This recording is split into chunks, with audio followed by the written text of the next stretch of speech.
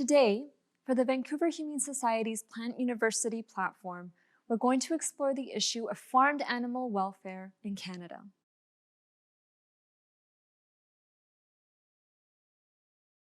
Animal welfare refers to an animal's well-being both physically and mentally. In part 1 of this series, we'll learn more about who farmed animals are and how they are treated in the animal agriculture system in Canada. This topic may be upsetting, so please consider taking some time for self-care after viewing. More than 830 million land animals are raised and killed for food in Canada every year. The sheer number of farmed animals raised, along with the standard harmful practices they face on a daily basis, makes the treatment of farmed animals one of the most pressing topics to learn about and work towards improving animal protection. The number of animals is only an estimate as it doesn't include aquatic animals who are typically measured by weight instead of individual lives.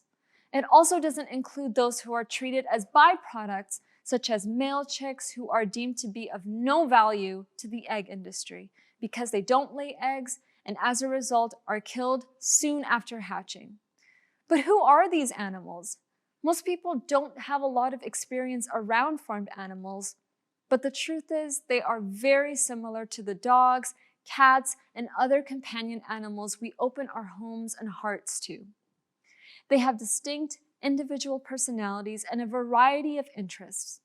They can form strong bonds with other animals and are curious and enjoy exploring the world around them.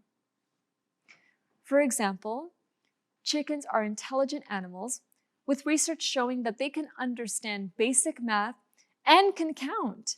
They're also capable of experiencing a wide range of emotions and can show empathy for others. Cows are socially complex animals. Studies show they rely on each other for comfort and have strong social bonds, especially between mothers and their calves. Mothers will protect their young in unfamiliar situations, and both will show signs of significant distress when separated from each other. Pigs are sensitive animals who are aware of the emotions of other individuals. They have an excellent memory and can anticipate future experiences. They're also incredibly playful and can learn games quickly and engage in play behaviors similar to what we see in dogs. Farmed animals are thinking, feeling beings, but the industrialized animal agriculture system treats them like products. Today, the animal agricultural industry is characterized by large numbers of animals who are kept in cramped and barren conditions, unable to behave naturally or socially. For example, egg farms often have tens of thousands of animals. The vast majority of egg farms in Canada keep hens confined to cages where each hen typically has less space than a standard sheet of paper. Unsurprisingly, this leads to significant frustration among the hens who act out by plucking at each other's feathers. In addition to the unnatural living conditions, farmed animals will also experience stressful and painful practices that are considered standard on farms, such as debeaking or the removal of part of a hen's beak, to try and prevent them from pecking at and injuring each other. Farmed animals often experience rough handling and the use of electric prods to make them move. They may also be subject to inhumane methods of euthanasia, should they become injured or ill while on the farm. Transport journeys are also very stressful for farmed animals. Loading of animals onto transport trucks often leads to injuries, including broken limbs. For example, approximately 20% of caged egg-laying hens experience broken bones during the loading and transport process. The length of transport journeys is also a concern, with some species being transported for up to 72 hours straight without food, water, or rest, which is much longer than what's permitted in Europe or the US. Farmed animals are often transported in all weather conditions without adequate protection from extreme heat and cold.